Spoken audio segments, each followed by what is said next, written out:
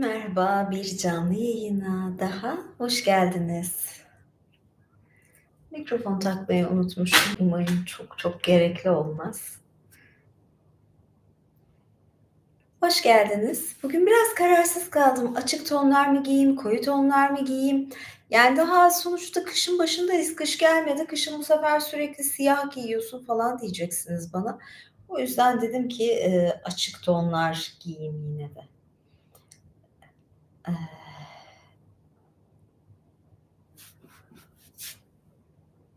evet. Şimdi bakacağım mesajlara, gelen, canlı yayın yorumlarına.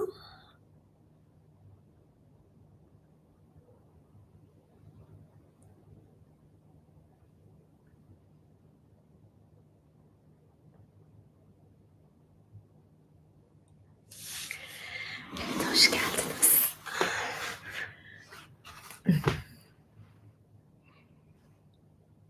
37 idi ayaklar. Bu ten rengi değil, çok açık bir, emm, çok açık ten, ekru falan diyebiliriz yani. Beyaza yakın, krem gibi bir renk. Hi to Mexico. It's interesting. Çarşambaları çünkü kıdemli savaşçı yayını zaten yoktu. Bir de ben bir şey geçirdim, bir sakatlık geçirdim.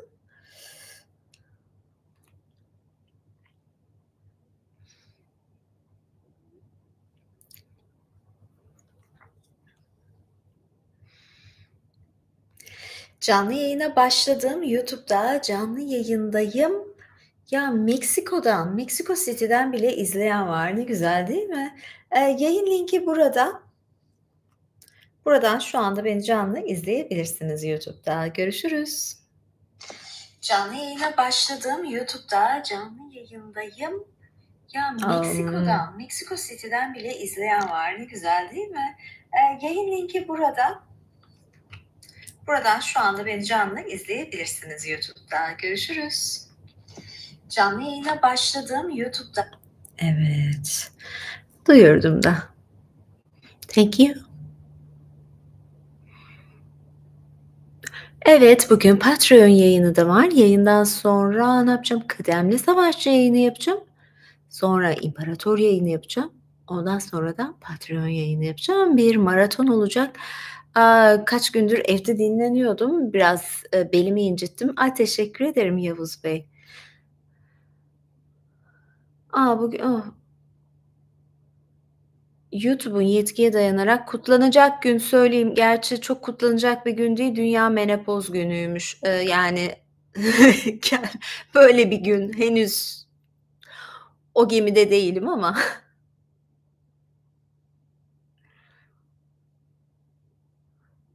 Thank you. My museum. Şöyle bir şey, çarşambaları, salı ya da çarşamba günü ben gezme videoları yüklüyorum. Santorini'deki Terra Müzesi'ni gezdim, bunu yükledim. Bu hafta Akrotiri'yi gezmiştim, oradaki kazı alanını. Yani bu hafta gezmemiştim. Önceden gezmiştim, bu hafta onu yükledim. Teşekkür ederim Uğur Bey. Onu yükledim. Haftaya da Santorini ile ilgili bir video, böyle slide gösterisi gibi bir şey, yükleyeceğim. Böyle ama orada bu seferkinde manzaranın önünde ben Santorini'yi anlatıyorum. Tam orada sezon bitti. Artık seneye, belki seneye Santorini gezisi bile yaparım. Kim bilir? Yani o kadar iyi biliyorum ki adayı.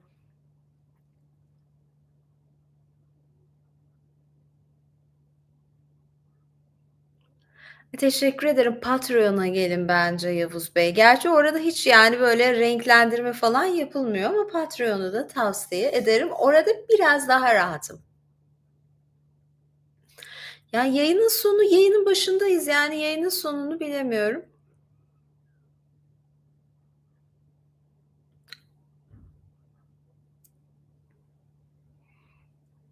Bildirim gelmedi, bilemiyorum. Ben kendimden bildirim almıyorum.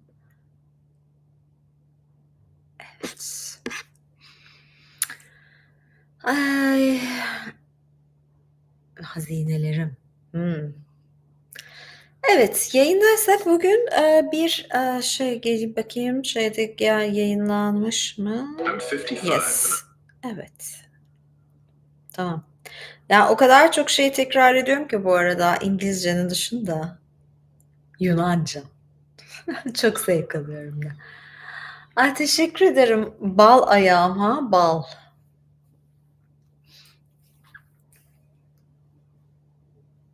Bir aydır spor yapmıyorum. Teşekkür ederim ama tekrar uzatacağım. Yani bunu uzatmak da bayağı bir vakit alacaktır. Evet, başlayalım mı?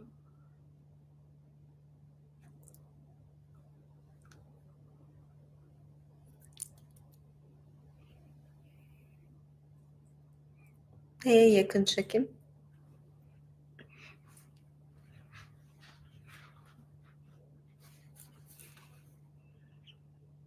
Deniz kabuklu kraliçe günü, imparator falan da zaten şey oluyor. A, teşekkür ederim. Pembe geldi ve farklı birinden geldi. Yavuz Bey rakip çıktı. Teşekkür ederim Mesut Bey de. Ya, işte bakın canlı yayın dediğiniz böyle olması lazım. Yüzüm nasıl da gülüyor. Yani. Teşekkürler. Bugün, İskandinav mitolojisi okuyacağım. Havalar soğudu ya, açık renk giyindim ama İskandinav mitolojisi gayet güzel de okuyabilirim diye düşünüyorum. Zaten o kadar çok kitabı okudum ki okuya okuya kitap bitecek neredeyse. Ayrı bir playlist olarak hazırlarım ben bunu büyük ihtimalle. Haymir ve Torun balık avı. Kaçtan başlıyor? 189. Yanıma da su almadım. Umarım ben bunu okuyabilirim. Evet, çıkar. Çıkar. Evet. Evet, hazır mıyız? Ah, ha, teşekkür ederim. Bir gün daha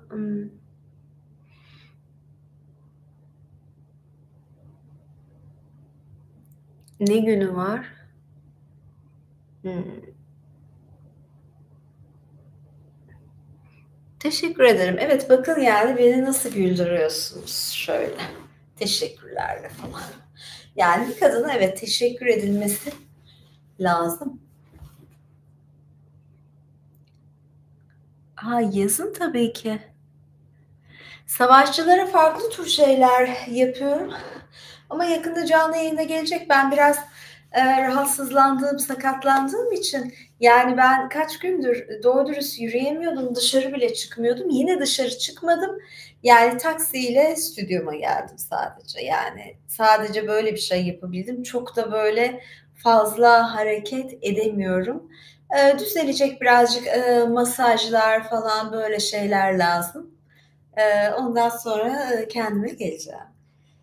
Evet, Halmer ve Torun balık avı okuyacağım. Gözlüğü değiştirsem mi acaba? Okuyacağım mitoloji parçasının adı.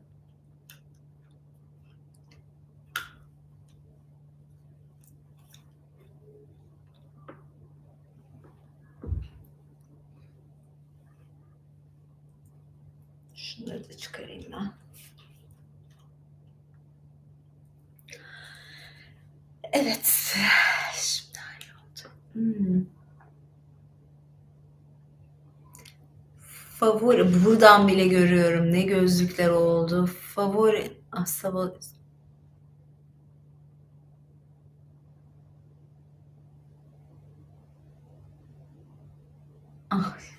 değişik günler, ne diyeyim? Evet, başlıyorum.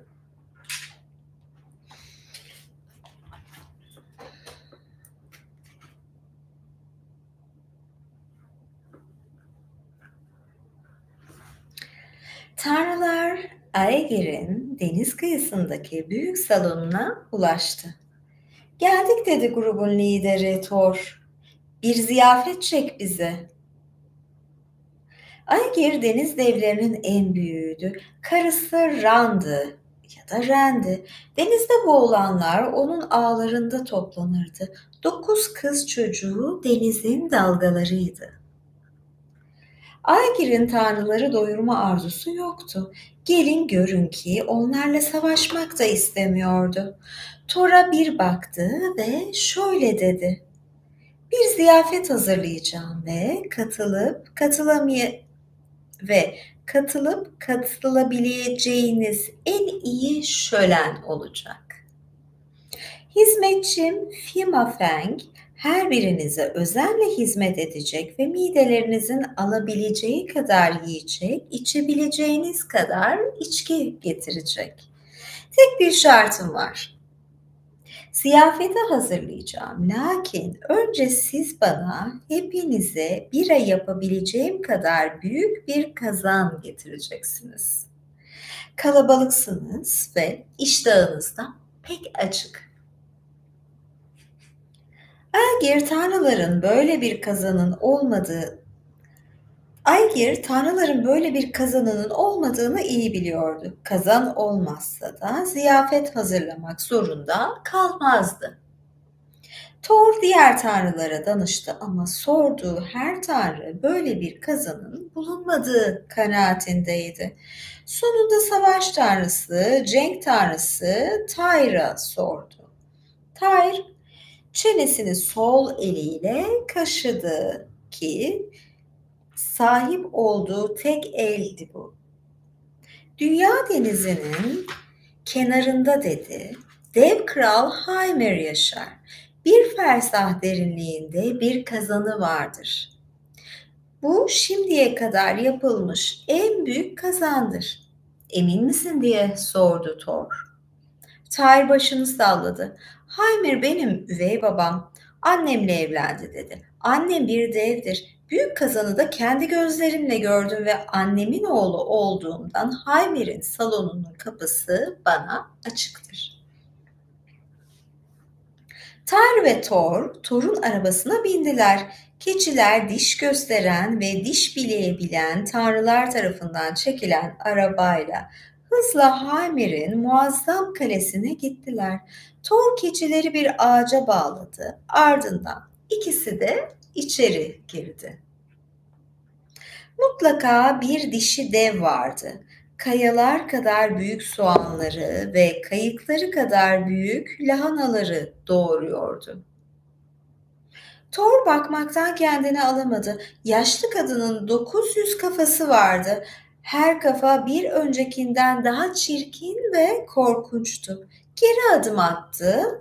Tyr ise rahatsız olduysa bile hissettirmedi bunu. "Selamlar büyükanne. Bira yapmak için Hymir'in kazanını ödünç alabilir miyiz?" diye sormak için buradayız diye seslendi Tyr. "Ne kadar da minik şeyler, ben sizin fare olduğunuzu sandım," dedi Tyr'in büyükannesi ve konuştuğunda ses bir kalabalıktan çıkıyormuş gibi geliyordu. "Konuşman gereken ben değilim, torunum. Annenle konuşmalısın." "Konuşman gereken ben değilim torunum. Annenle konuşmalısın." Evet, büyükanne böyle söylüyor. Burada nokta koyunca ben de durdum. Dev seslendi. "Konuklarımız var. Oğlan burada bir arkadaşıyla geldi ve çok geçmeden başka bir kadın da içeri girdi. Hymir'in karısı Tyr'ın annesiydi gelen. Altından kıyafetler giymişti. Kayınvalidesi ne kadar korkutucuysa o da o kadar güzeldi."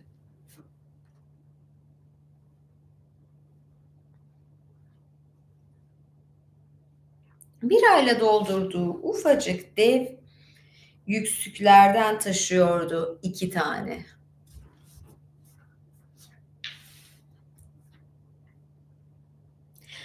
Thor ve Tyr kova boyunda olan yüksükleri kavradılar ve biralarını coşkuyla içtiler. Nefis bir biraydı. Kadın dev Thor'a adını sordu. Thor tam konuşmaya başlayacaktı ki Tyr araya girip "Onun adı Veor anne. Arkadaşımdır kendisi. Hymir ve devlerin düşmanlarına düşmandır." Uzaklardan bir gümbürdeme duydular. Zirvedeki gök gürlemesi yahut da dağların parçalanması veya kıyıya vuran büyük dalgalar gibiydi. Bu gümbürtüde yer yerinden oynuyordu.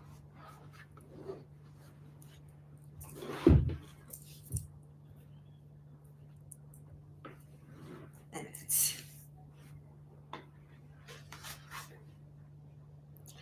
Kocam eve geliyor dedi dev. Yumuşak ayak seslerini duyuyorum uzaklardan.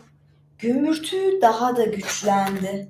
Hızla yaklaşıyor gibiydi. Kocam eve geldiğinde genellikle keyifsiz olur. Öfkeli ve akıl almaz davranır. Konuklarına karşı kabadır dedi. Güğümün altına neden o güğümün altına girip dışarı çıkmak için yeterince neşeli olmasını beklemiyorsunuz? Ha, adam böyle dışarıdan işten geldi ve karnı açken de huysuz. Onları mutfağın zemininde duran bir güğümün altına sakladı. İçi kapkaranlıktı. Toprak sarsıldı, kapı çarptı ve Thor ve Heimer'in eve vardığını anladı. Kadının kocasına misafirleri olduğunu, oğluyla bir arkadaşının geldiğini ve olabildiğince nazik bir ev sahibi olup onları öldürmemesi gerektiğini söylediğini duydular. Misafirleri öldürme diyor yani. Neden? Devin sesi gür ve huysuzdu. Küçük olan bizim oğlumuz Tyr. Onu hatırlıyorsun. İri olanın da adı Veor. Ona iyi davran. Thor mu? Bizim düşmanımız olan Thor mu? Başka herkesten, hatta devlerden bile daha fazla dev katletmiş olan Thor mu? Hani onunla karşılaşırsam öldürmek için yemin ettiğim Thor.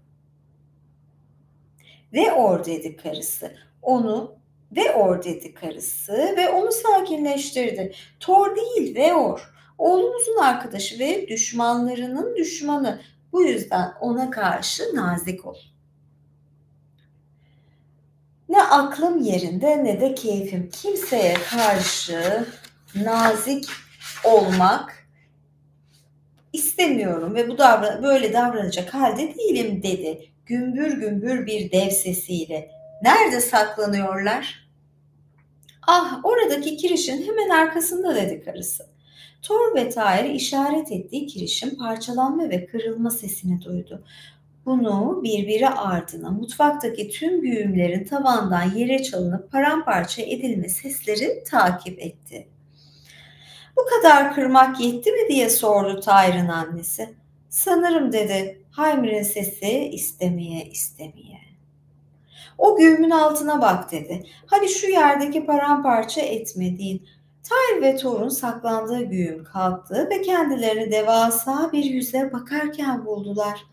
Devin yüzünden düşen 1000 parçaydı. Thor baktığı kişinin devler kralı Heimer olduğunu biliyordu. Sakalı kış ortasında buz tutmuş, ağaçlardan bir orman gibiydi. Kaşları bir deve dikeni tarlasını andırıyordu. Nefesi ise bataklıktaki bir gübreden daha beter kokuyordu. Merhaba Tyr, dedi Heimer coşkudan yoksun. Merhaba baba, dedi Tyr, daha da keyifsiz. Böyle bir şey mümkünse tabii. Akşam yemeğinde misafirimsiniz, dedi Heimer. Ellerini çırptı. Salonun kapısı açıldı ve dev bir öküz girdi içeri. Kürkü parıldıyor, gözleri ışıldıyordu ve boynuzları keskindi. Bunu daha da güzel bir diğeri, ardından son bir öküz daha izledi. İlk ikisi var olan en mükemmel öküzler. Midgard veya Asgard'ın hayvanlarından çok daha büyük ve çok daha etliler. Ben diye içini döktü Heimer.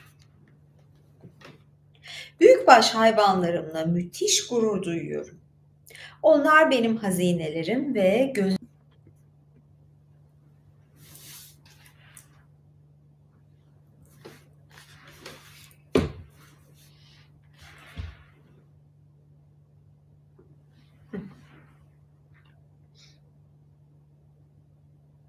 Evet, Devam ediyorum. Bunlar var olan en mükemmel öküzler. Midgard ve Asgard'ın hayvanlarından çok daha büyük ve daha etliler. Ben diye içine döktü Haymir. Büyükbaş hayvanlarımla müthiş gurur duyuyorum. Onlar benim hazinelerim ve gözlerimin nuru. Onlara kendi çocuklarım gibi davranıyorum. Bir anlığına somurtkan yüzü yumuşamış gibiydi. 900 kafalı büyükanne her bir öküzü öldürdü, derilerini yüzdü ve devasa tenceresine koydu onları. Tıslayan, çıtırdayan bir ateşin üzerinde tencere kaynayıp fokurdadı ve kadın bir meşe ağacı kadar büyük bir kaşıkla karıştırdı tencereyi. Her zaman yaptığı gibi yemek yaparken kendi kendine bir şarkı mırıldandı. Aynı anda avazları çıktığı kadar çığıran 1000 tane yaşlı kadın gibi bir sesle. Yalnız şöyle bir şey vardır. Bizde hayvan kesildiği zaman beklenir ki hani böyle eti yumuşasın falan. Taze et o kadar da yenmez. Bekletilir. Burada biraz daha farklı. Ben bunu rahatsız etmem.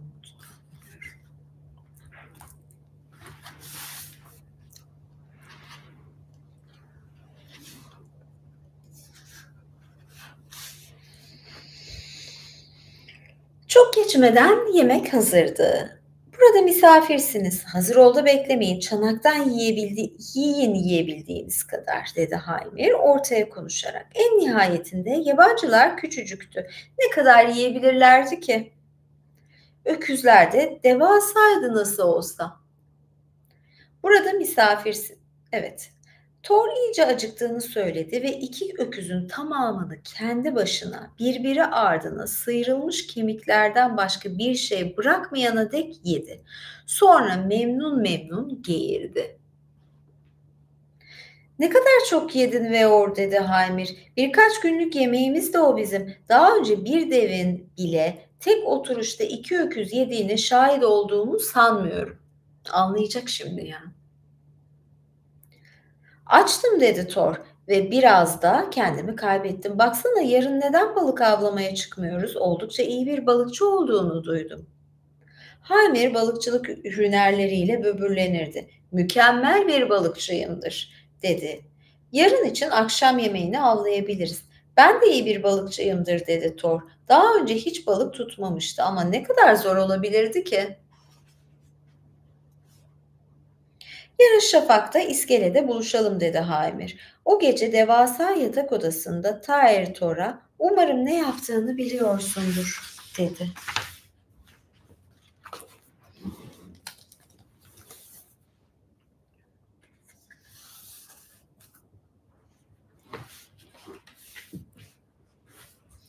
Evet biliyorum dedi Thor ama bilmiyordu kafası nasıl eserse öyle davranıyordu sadece.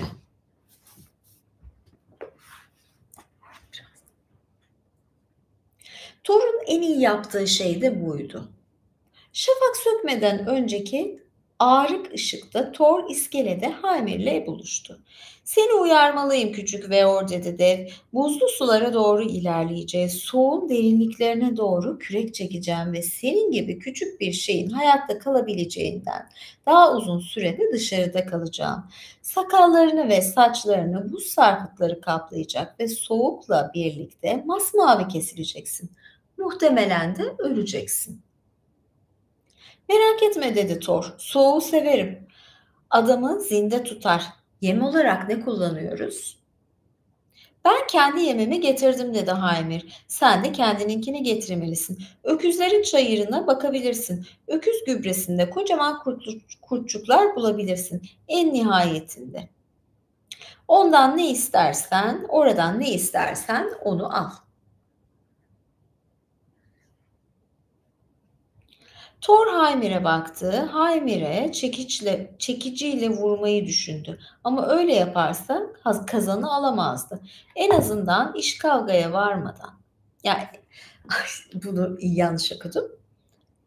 Thor Heimir'e baktı. Heimir'i çekiciyle vurmayı düşündü ama öyle yaparsa kazanı alamazdı. En azından iş kavgaya varmadan alamazdı. Kıyıya doğru yürüdü. Çayırda Heimir'in güzel öküz sürüsü vardı.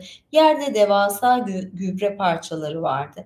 Büyük kurçuklar üzerinde kıvranıp içinde gömülüyordu ama Thor onları görmezden geldi. Bunun yerine hayvanların en büyüğüne, en görkemlisine, en şişmanına doğru yürüdü. Yumruğunu indirdi ve kaşlarının ortasına indirip onu anında öldürdü. Thor hayvanın kafasını kopardı, çuvalına koydu ve denize kadar taşıdı.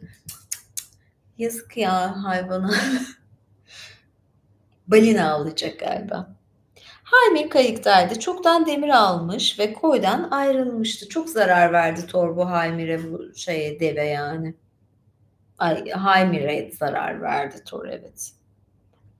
Thor soğuk suya atladı ve arkasından da çuvalını sürükledi. Kayığın kıçını uyuşmuş parmaklarıyla yakaladı. Kendini kayığın içine attı. Deniz suları üzerinden damlıyor, kızın sakalları buz tutuyordu. Ah dedi Thor, yüzmek iyi geldi. Soğuk bir sabaha yüzerek uyanmak gibisi yok. Hayır, hiçbir şey demedi. Thor diğer kürek çiftini aldı ve birlikte kürek çekmeye başladılar. Çok geçmeden kara uzaklaştı ve Kuzey Denizi'nin sularında yapayalnızlardı. Okyanus griydi. Dalgalar sert ve yüksekti. Rüzgar ve martılar ise çığlık çığlığıydı. Haymir kürek çekmeyi durdurdu. Bence Haymir anladı, anlayacak yani. Bu kadar şeyler yapan, üşümeyen falan böyle bayağı güçlü bir adam.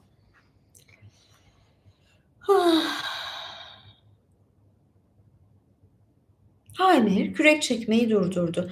Burada balık tutacağız dedi. Burada mı diye sordu Thor. Denizde doğru düzgün açılmadık bile. Ve küreklere tek başına yüklenip onları daha derin sulara sürüklemeye başladı. Kayık dalgaların arasında savruldu. Dur diye patladı Haymir. Bu sular tehlikelidir. Burası Midgard yılanını, Jormungandr'un Mid Ay, bunu söylemek çok zor. Burası Midgard yılanı, Jormungandr'un bulunduğu yerdir. Thor kürek çekmeyi bıraktı. Büyük ihtimalle bu Midgard yılanını yakalayacak. Haymir kayığın zemininden iki büyük balık aldı. Onları keskin mi keskin yem bıçağıyla sıyırdı. İç organlarını denize fırlattı. Sonra da misinasının kancasını balıklara sapladı. Haymir ucunda yem takılı misinasını denize attı. Misina elinde titreyip kıpırdayana dek bekledi. Sonra oltayı çekti. Azametli iki balina ucunda uzanıyordu. Thor'un şimdiye kadar gördüğü en büyük balinalardı bunlar. Haymir gururla sırıttı. Fena değil dedi Thor. İki tane balina yakalamış. Düşünün, iki. Bir değil, iki balina. Bu arada Norveç'te balina sucuğu varmış. İlginç. Nasıl olur acaba? Evet, devam ediyorum. Thor da fena değil diyor. Öküzün başını çuvalından çıkardı. Haymir en sevdiği öküzün ölü gözlerini görünce yüzü buz kesti. Yemin burada dedi Thor. Öküzlerin çayırından buldum. Tıpkı söylediğin gibi. Ya çok pislik yapıyor yalnız Thor. Tam gıcıklık yapıyor. Yani misafir diye şey yaptı. Misafir yani umduğunu değil bulduğunu yer falan ama yani en favori öküzü de böyle öldürür mü? Dehşet, korku ve öfke ifadeleri Haymir'in devasa yüzü boyunca birbirini kovaladı. Ama dev ağzını açmadı. Thor Heimir'in oltasını aldı. Öküzün kafasını kancanın üzerine yerleştirdi ve misinayla kelleyi okyanusa fırlattı. Derinlere battığını hissetti. Bekledi. Balık avlamak dedi Heimir'e. Sanırım temelinde sabretmeyi öğrenmek yatıyor. Biraz sıkıcı değil mi? Akşam yemeğimiz için ne yakalayacağımı merak ediyorum. İşte deniz tam o sırada patladı. Jormungundur Jormungundur. Jormungundur. Öyle okunuyor herhalde. Jormungundur.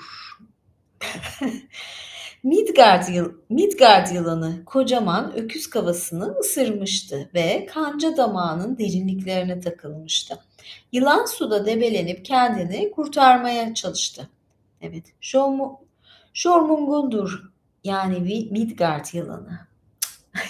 Böyle kelimeleri söylemek de değişik oluyor bazen. Evet. Yılan suda debelenip kendini kurtarmaya çalıştı. Thor oltaya tutundu. Bizi suya batıracak diye dehşetle patladı Haymir. Oltayı bırak. Thor başını salladı.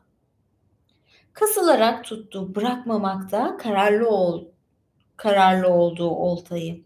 Gök gürültüsü tanrısı ayağını geminin tabanına vurdu ve kuvvet almak için denizin dibini kullandı ve Jormungandr'u güverteye çıkarmaya başladı. O kadar yerleri var mı acaba gemide?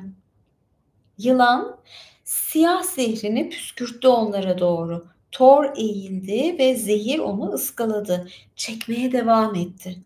Ben hareketimi değiştireyim. Evet, çekiyor oltayı. Bakalım. Yani yakalayacaktır yani. Thor bu sonuçta yani. Niye yakalamasın, öyle değil mi?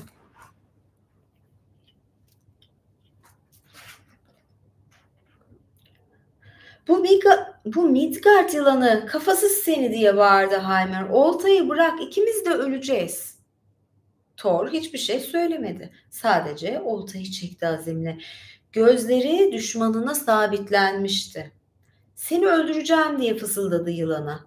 Dalgaların... Evet, seni öldüreceğim diye. Evet, böyle bağırmaması gerekiyor. Seni öldüreceğim diye fısıldadı yılana. Dalgaların kükremesi, rüzgarın uğultusu ve canavarın çığlıkları arasında, yoksa sen beni öldüreceksin. Ant içerim ki öyle. Fısıldarcasına söylemişti bunları ama Midgard yılanının onu duyduğuna yemin edebilirdi. Şöyle söylüyor o zaman. Seni öldüreceğim. Yoksa sen beni öldüreceksin. Ant içerim ki öyle. Keşke mikrofonumu taksaydım ya. Daha güzel sesler çıkarırdı. Neyse. Evet, Midgard yılanı da duymuş onu. Evet.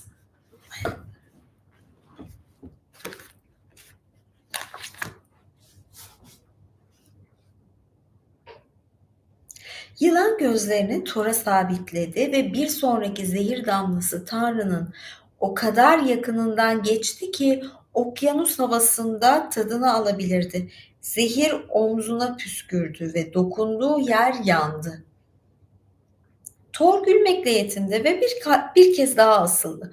Öyle bir an geldi ki Thor uzaklarda Heimer'in dehşetengiz yılanla, ardından da kayıya güvertenin deliklerinden su dolmasıyla, burada ikisinin de bu soğukta, buz gibi okyanusta, karadan fersah fersah uzakta nasıl öleceklerine dair şikayet ettiğini, söylendiğini, bağırdığını duyar gibi oldu. Thor bunların hiçbirini umursamadı. Yılanla dövüşüyordu, oynuyordu onunla. Kıvranıp çekiştirerek kendi kendini yormasını sağlıyordu. Thor oltayı kayıya geri çekmeye başladı. Midgard yılanının başı neredeyse vuruş mesafesindeydi. Thor gözlerini kaçırmadan uzandı ve parmaklarını çekicinin sapının etrafına sardı. Çekici vardı değil mi? Bende yok şu anda. Yılanı öldürmek için çekici kafasının neresine indirmek gerektiğini biliyordu. Oltaya son bir kez daha asıldı ve çekicini alacak. Çekicini alınca büyük ihtimalle bizim dev de bunu anlar. Asıldı ve Heimer'in yem bıçağı ortaya çıktı ve misina kesildi. Yılan Jormungandr kayığın üzerinde yükseldi. Ardından geri döndü denize.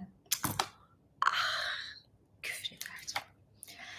Thor çekicini fırlattı arkasından ama canavar çoktan gitmiş, soğuk ve gri sulara kaybolmuştu. Çekiç geri döndü ve Thor yakaladı. Şimdi çekiç geri de dönünce iyice Thor olduğu anlaşıldı aslında. Devam ediyorum. Dikkatini batmakta olan balıkçı kayığına çevirdi. Haymir çaresizce güverteden su tahliye ediyordu. Haymir suyu boşalttı ve Thor kayığı kıyıya doğru kürek çekerek götürdü. Haymir'in daha önce yakaladığı kayığın ucundaki 2 balina kürek çekmesini olağandan daha zor hale getirmişti.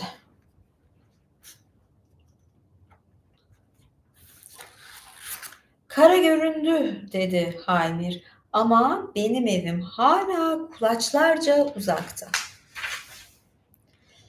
Kıyıya buradan çıkabiliriz dedi Thor. Kayığı beni ve yakaladığım balinalarımı salonuma kadar taşımaya istekliysen olur dedi Haymir. Öyle olsun. Thor balıkçı kayığının yanından atladı. Çok geçmeden Haymir kayığın havaya yükseldiğini hissetti. Thor onları sırtında taşıyordu. Kayık, kürek, Haymir ve balinaları deniz kenarındaki kayığı, küreği, Haymir ve balinaları deniz kenarındaki çakıllar boyunca taşıdı. Haymir'in salonuna ulaştıklarında Thor kayığı yere indirdi. İşte oldu dedi Thor. Talep ettiğin üzere seni evine getirdim. Şimdi karşılığında senden bir iyilik istiyorum.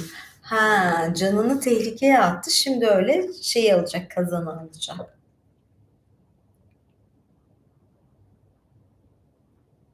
Nedir diye sordu Haymir. Kazanım. İçinde bira yapacağın koca kazanım. İçinde bira yaptığın koca kazanım. Ödünç almak istiyorum onu. Sen güçlü bir balıkçısın ve iyi de kürek çekiyorsun ama var olan en iyi bira kazanını istiyorsun bizden. Bu kazanda büyüyle damıtılmış biradan iyisi yoktur. İçinden bira içtiğim bardağı kırabilene ödünç veririm sadece, dedi Haymir. İçinden bira içtiğim bardağı kırabilene ödünç veririm ona ancak, dedi Haymir. Pek de zor görünmüyor, dedi Thor. O gece akşam yemeğinde kızartılmış balina eti yediler. Salon, balık kokar ya, evde pişirmeselerdi keşke o balığı.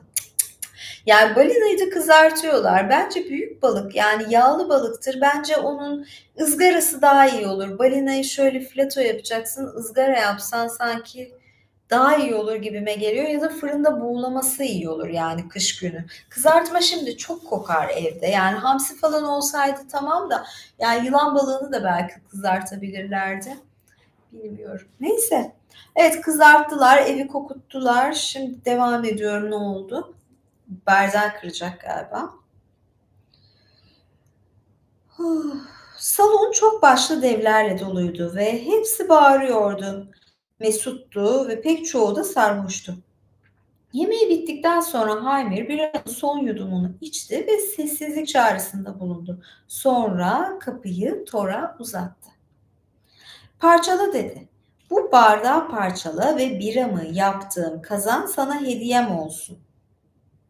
Parçalayamazsan da canını alırım. Ama bir de kazana hediye edecek parçalarsa. Tabii Tanrı olduğunu bilmiyor, parçalayacak Thor. Thor yani hem bardağa gitti hem de kazana gitti. Thor başını salladı. Devler şakalaşmayı ve şarkı söylemeyi kesti. Dikkatle izliyorlardı Thor'u. Bakayım ne kadar kalmış. Az kalmış. Haymir'in kalesi taştan yapılmıştı. Thor içki bardağını aldı, bir elinden diğerine attı. Sonra da ziyafet salonunun çatısını destekleyen granit sütunlara doğru tüm kuvvetiyle fırlattı. Kulakları sağır eden bir çarpma sesi duyuldu ve tozdan dolayı gözü görmüyordu. Toz çöktüğünde Haymir ayağa kalktı ve granit sütundan geride kalanlara doğru yürüdü. Kupa ilk sütunu geçmişti. Sonra bir diğerini daha geçip küçük parçalara ayrılmıştı. Bardak üçüncü...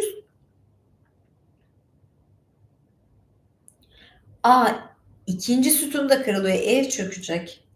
Bardak üçüncü sütunun molozları içindeydi. Ancak biraz tozlu olsa da ziyadesiyle hasarsızdı. Heimer içki bardağını başının üzerine kaldırdı ve devler alkışladılar, kahkahalar attılar. Tüm kafaları ve kaba mimikleriyle Thor'a karşı suratlarını buluşturdular. Heimer bir kez daha masaya oturdu. "Gördün mü?" dedi Thor'a. "Bardağımı kırmaya yetecek kadar güçlü olduğunu düşünmemiştim." Kupayı kupayı yuttu ve karısı içine bira doldurdu. Ay, kupayı yuttu değil, kupayı tuttu ve karısı içine bira doldurdu.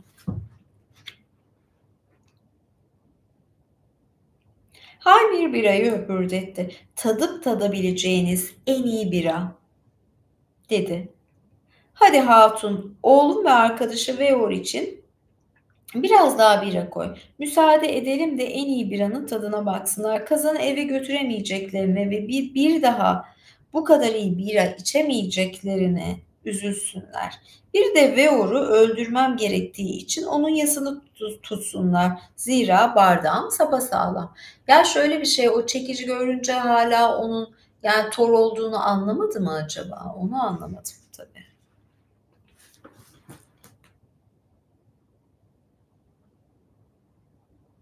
Evet.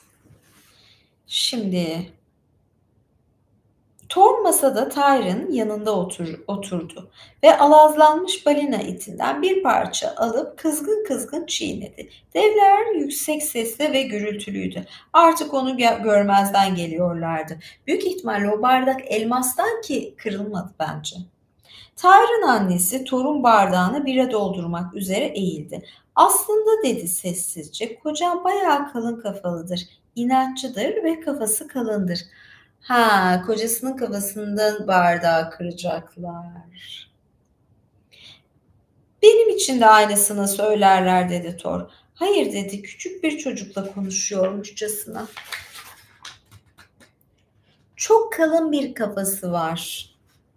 En sert bardakları bile kırmaya yetecek kadar kalın." Şöyle diyor, en sert bardakları kırmaya yetecek kadar kalın falan diye böyle. Thor birasını bitirdi. Gerçekten tattığı en iyi biraydı. Ayağa kalktı ve Heimer'e doğru yürüdü. "Tekrar deneyebilir miyim?" diye sordu. Salondaki devlerin hepsi güldü, ancak hiçbirinin kahkahası Heimer'inkinden daha yüksek sesli değildi. "Elbette deneyebilirsin," dedi. Thor bardağı aldı, yüzünü taş duvara döndü, bardağı bir kez, iki kez havada savurdu, ardından topuğu üzerinde hızla döndü ve Heimer'in alnında bardağı parçaladı.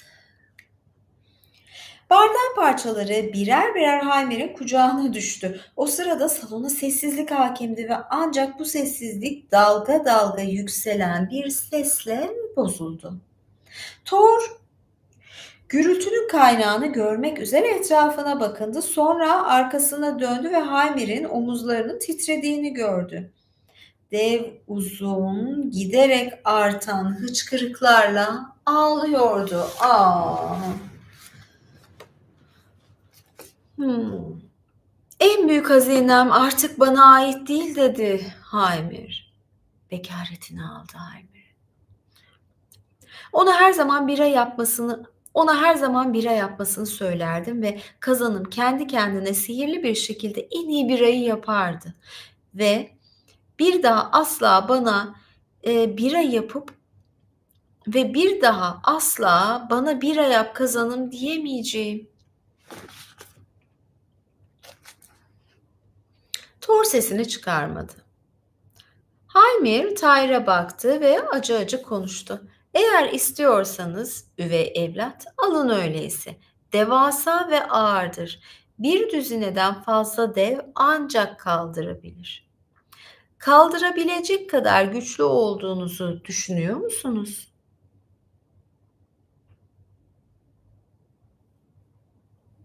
Tyr kazana doğru yürüdü. Kaldırmaya çalıştı. Sonra bir kere daha denedi.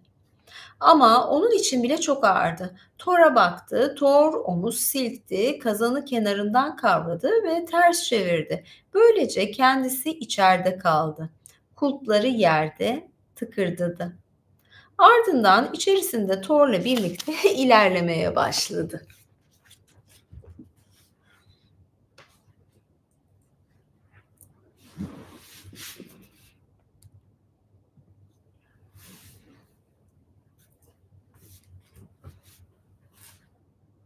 Salondaki pek çok dev ağızları açık baka kalmışken kapıya doğru yöneldi. Hymir artık ağlamıyordu. Tyr ona baktı. Kazan için teşekkürler dedi. Ardından hareket eden kazanı kendisi ile Hymir arasında tutup yavaş yavaş odadan çıktı. Thor ve Tyr kaleden birlikte çıktılar. Thor'un keçilerinin bağlarını çözüp kendilerini arabanın içine attılar. Kazan hala Thor'un sırtındaydı. Keçiler ellerinden gelenin en iyisini yapıyordu. Diş gösteren devin kazanının ağırlığına rağmen iyi ve hızlı koşsa da diş bileyen topallayıp bu neymiş? Diş gösteren devin kazanının ağırlığına rağmen iyi ve hızlı koşsa da diş bileyen topallayıp tökezledi. Bu keçilerin adı herhalde. Diş gösteren ve diş bileyen. Bacağı bir zamanlar iliği için kırılmıştı ve Thor onu iyileştirmişti ancak keçi bir daha eskisi gibi güçlü olamamıştı. Diş bileyen koştukça acıdan meliyordu. Daha hızlı gidemez miyiz diye sordu Tyr. Deneyebiliriz dedi Thor ve keçileri kamçıladı. Böylece daha hızlı koştular. Tyr arkasına baktı. Geliyorlar dedi. Devler geliyor. Arkalarında Hymir gerçekten de geliyorlardı. Alemin o bölgesinin tüm devleri geliyordu. Çok kafalı bir canavar topluluğuydular. Çorakların devleriydi bunlar. Şekilsiz ve ölümcüllerdi. Bir dev ordusu kazananı geri almak niyetiyle geliyordu. Sözünü tutmuyorlar ama kumarda kaybettiler. Daha hızlı git dedi Tyr. Bunun üzerine keçi diş bileyen tökezledi ve düştü. Onları arabadan fırlattı. Thor sendeledi. Ardından kazanı yere fırlattı ve kahkahalar atmaya başladı. "Niye gülüyorsun?" diye sordu Tyr. "Yüzlerceler." Thor çekicini kaldırdı. "Yılanı yakalayıp öldüremedim." dedi. "Bu sefer olmadı. Ancak yüzlerce dev bunun acısını çıkarır." Yüzlerce devi öldürecek çekiciyle. Çok dev öldürmüş Thor. Ya aklıma Game of Thrones geliyor. Oradaki devler geliyor yani. Thor sırayla hevesle bir bir toprak akan kanlarla yıkanıp siyah ve kırmızı renge çalana dek çorak devlerini öldürdü. Tyr tek eliyle savaştı ama yiğitçe savaştı ve o gün kendi payına düştüğü kadar devi katletti.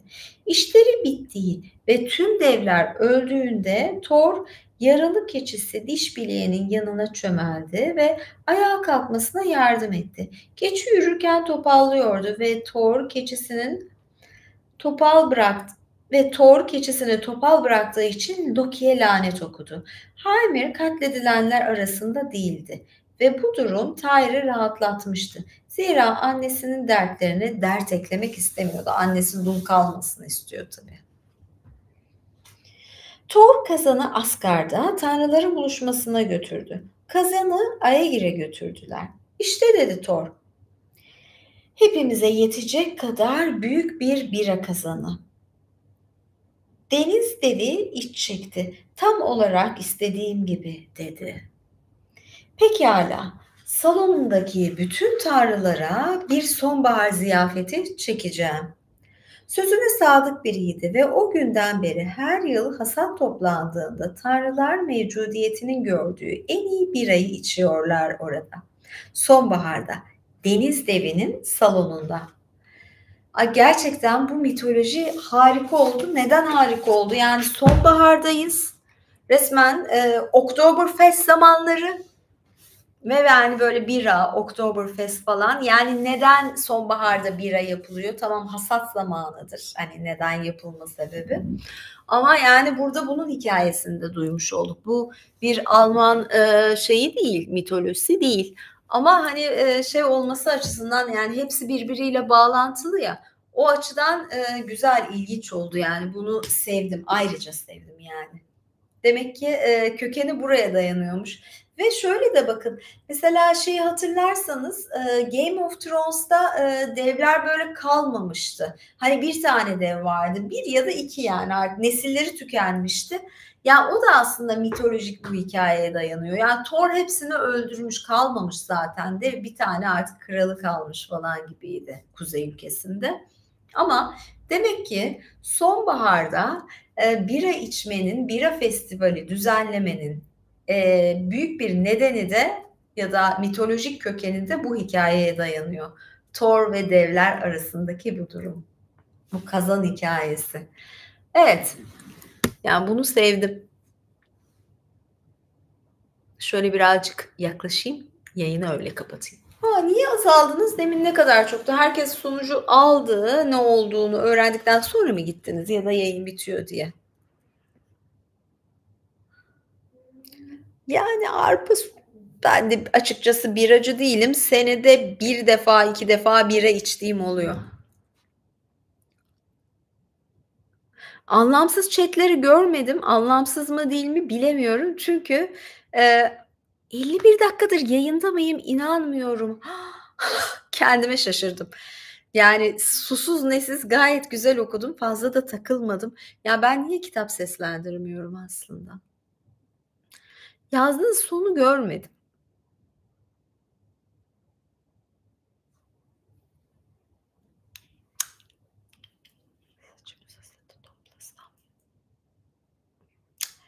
Evet, ya, yayını kapatayım artık, yani, 1 saattir yayındayım ve genelde de YouTube bana reklam vermiyor. Sinir oluyorum, neyse.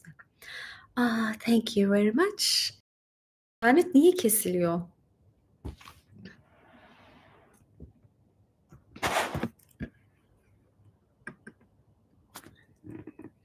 Herkese iyi geceler, iyi hafta sonları. Görüşmek üzere. Birazdan, kıdemli savaşçılar yayını yapıyorum. Bekleyin, görüşürüz. Bay bay. Evet, başta yapacağım. Kıdemli savaşçılara. Sonra Patreon yayını da var, İmparator yayını da var.